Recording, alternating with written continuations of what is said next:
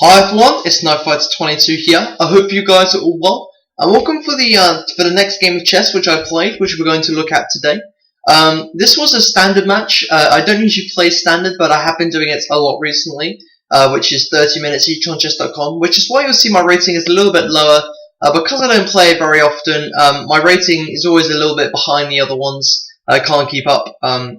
So yeah, we start off with a Queen's Gambit position. And I don't really want to accept this. I want to play sort of a more solid line, such as e6, just defending the pawn. And now I see a very interesting variation, which I probably should take a look at. But my opponent plays the move c5, and this really isn't anything standard whatsoever. The usual moves go, knight to c3, knight to f3, maybe even bishop to f4. But you really don't see c5, and I think this is the reason. Because I think the white really wastes a move, because it's quite easy to break up this kind of pawn chain, which I'll show you in a minute. So I bring my knight up to c6, and what I'm thinking, obviously this is standard, so you do get like a minute or 2 minutes to think on each move. So what I'm thinking of is to maybe play e5 and break this pawn chain up, and then after this pawn has been diverted, then I can go and take this pawn with the bishop. So my opponent plays e3 just to solidify his pawn chain. And I'm going to play knight f6, just because my plan is to play e5. I want to give extra support to d5, so if someone attacks this, then I don't want my queen to come out too early, so the knight is defending that. And then f3, I'm not really sure what f3 was doing. It's not something you would really see in a standard game, especially from an 1100 player, because it's not, what is he doing with all these pawn moves? It's not really not a very good style of chess to play. Anyway, I go ahead with my plan, pawn up to e5. And he does take it for some reason. So d takes c5, knight takes c5, and this gives me really good central control. And of course there's a discovered attack as well on the c5 pawn, as it is no longer defended by the pawn on d4. So my opponent plays b4 to counteract that. This is a little bit like when the pawn is accepted on white's side, so on the other side of the board.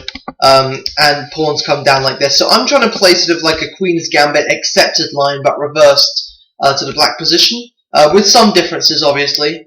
So I play the move pawn up to a5, the whole idea being, as I said before, I want to break up this pawn chain, and then I want to be able to take the pawn on c5. But what my opponent does now, he's just played this move pawn to f3, but now he goes pawn to f4. I think he just wanted to get my knight out of there a bit.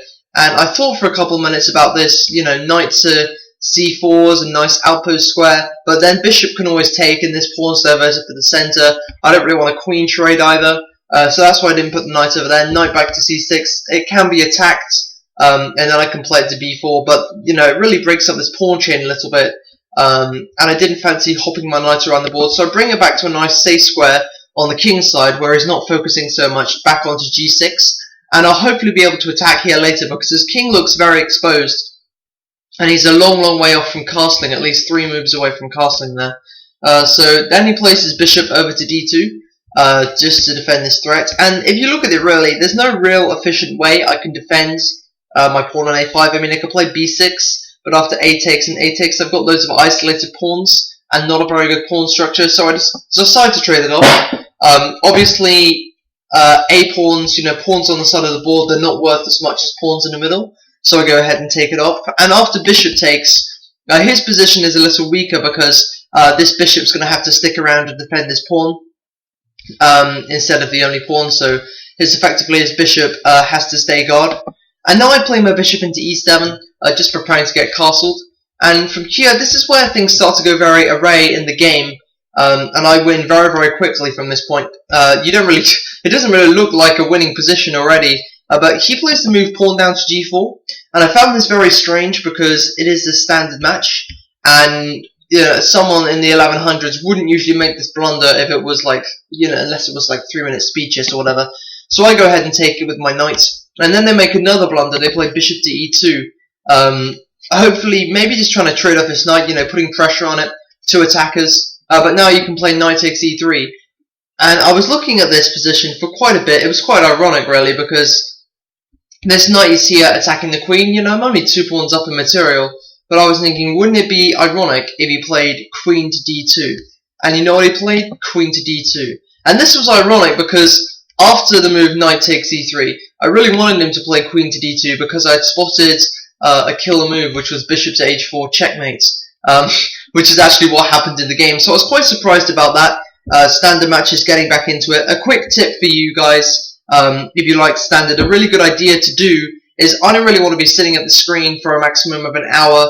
So what you want to do is you want to put the pieces on blindfold mode on chess.com, and then you can play with a real chess set and just follow the notation. That's what I did. I got a nice wooden set for Christmas last year. So that's what I do when I'm playing these standard matches. But I hope you enjoyed the game. Please let me know what other videos I should make soon. I wish you good luck playing chess, and I'll see you next time. Goodbye, everyone.